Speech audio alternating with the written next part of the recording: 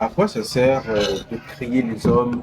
C'est dans quel but que nous sommes en gros sur cet univers tout simplement? Nous sommes là pour être une projection matérialisée de Dieu. Nous sommes là pour expérimenter Dieu, comment Dieu peut être dans un corps. Nous sommes là pour expérimenter Dieu dans un corps. Dieu s'expérimente dans l'animalité, dans les animaux, la création, dans les plantes, dans les habitants de la mer.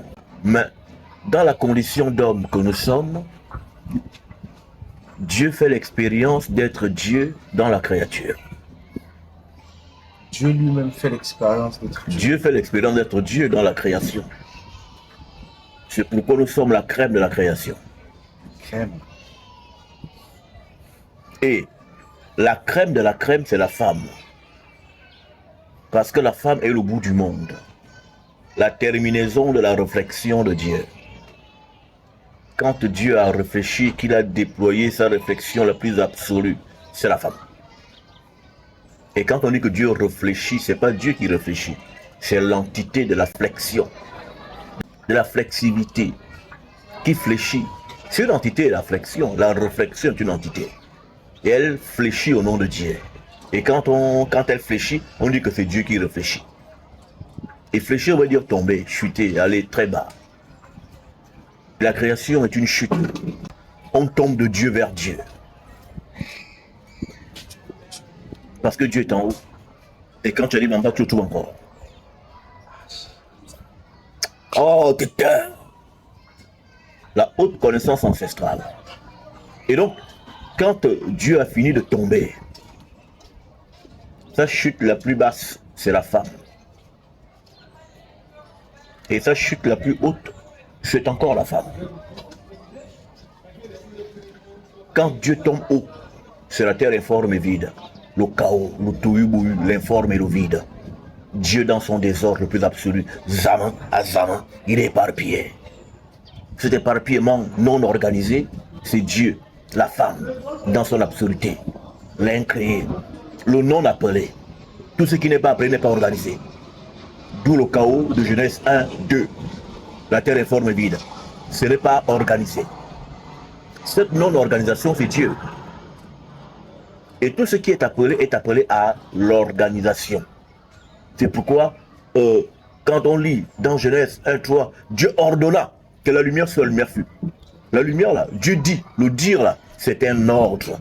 Et dans le mot ordre, on a déjà ordonné. Mais on ordonne à quel moment? C'est quand il y a, pas fort, désordre. Donc si on ordonne, c'est qu'il y a désordre. Et c'est ce qu'on appelle l'ordre du chaos. Hein?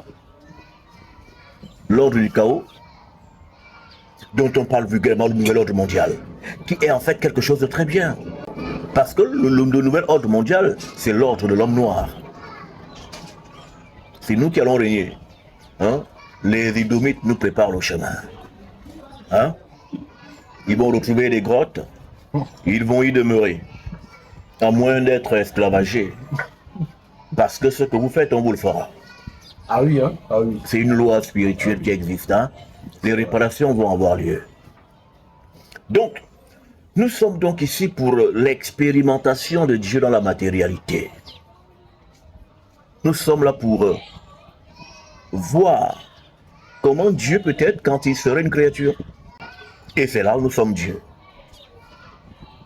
Et nous sommes Dieu dans la matérialité, dans sa totalité. C'est pourquoi on est homme et femme. La femme seule, c'est Dieu, mais c'est pas Dieu tout. L'homme seul, c'est Dieu, mais ce n'est qu'une infime partie de Dieu. Je reprends. La femme seule, c'est Dieu, mais c'est pas Dieu tout. L'homme seul, c'est Dieu, mais qu'une infime projection. Comme quoi, la femme est la plus grande partie de Dieu. Et la partie brutale de Dieu, c'est l'homme.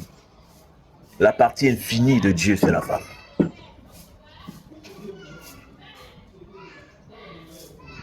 Donc quand l'homme et la femme sont ici dans cette dimension de conscience, L'homme et la femme sont ici pour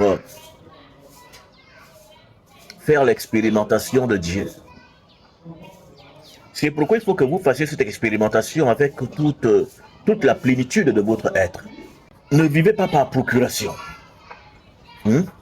N'attends pas le ciel pour être heureux. N'attends pas mourir pour vivre le bonheur. C'est ici et maintenant.